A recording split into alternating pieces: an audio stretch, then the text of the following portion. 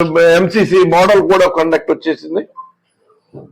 మనం డబ్బులు ఉండి కూడా 7,500 కోట్ల రూపాయలు ప్రభుత్వం ఈ ఫీజు రీయింబర్స్మెంట్ కింద, అవళ రైతు భరోసా కింద,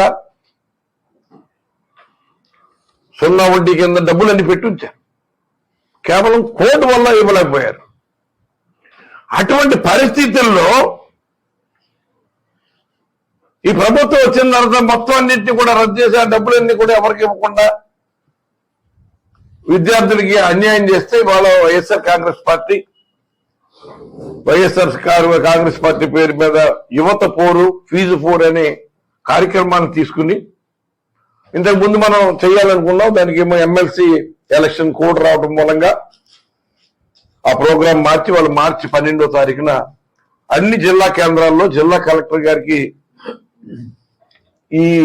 ఇంత అన్యాయం జరుగుతూ ఉంది. కానీ ఏదైతే ఉందో ఈ 12వ తారీఖున జరగబోయే కార్యక్రమంలో విద్యార్థులు అన్ని కాలేజీలకు వెళ్ళాం. అన్ని కాలేజీకి అయితే ప్రతి ఒక్కరు కూడా చెప్పడం ఏమని, మాకు తల్లికి వందనం రాలేదు, మాకు ఫీజు రింబర్స్మెంట్ రాలేదు, ఎలా మేము చదువుకోవాలి, జగన్మోహన్ రెడ్డి ప్రభుత్వం ఉన్నప్పుడు 4 ట్యాబ్ లో ఎవరు తయారని సిలబస్ ఇచ్చారు జగన్మోహన్ రెడ్డి గారు, సిబిఎస్ఈ సిలబస్. ఎక్కడైనా చూపించండి, ఎక్కడైనా ఏ ప్రభుత్వంలో కానీ ఏ స్టేట్ లోనే కానీ సిబిఎస్ సిలబస్ తెచ్చిన ఒక మొగం చూపించండి, ట్యాబ్లు అది తెచ్చింది జగన్మోహన్ రెడ్డి గారు. కానీ ఇలా చేయడం వల్ల పిల్లలందరూ కూడా ఒక ఆటోటాన్సెంట్ కానీ లేకపోతే ఒక స్క్రీన్ లెంట్ కానీ ఏదైతే బైజూస్ లో చెప్పడం వల్ల పిల్లలందరూ కూడా చాలా మంది ఇంగ్లీష్ మాట్లాడుతున్నారు, చాలా బాగున్నారు.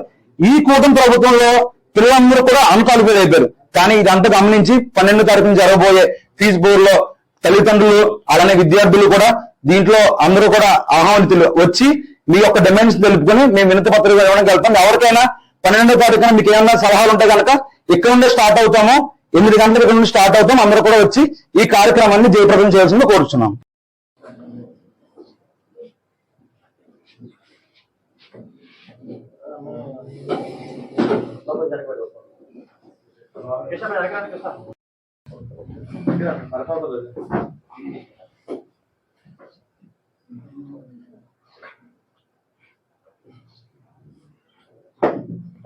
రాజు అన్న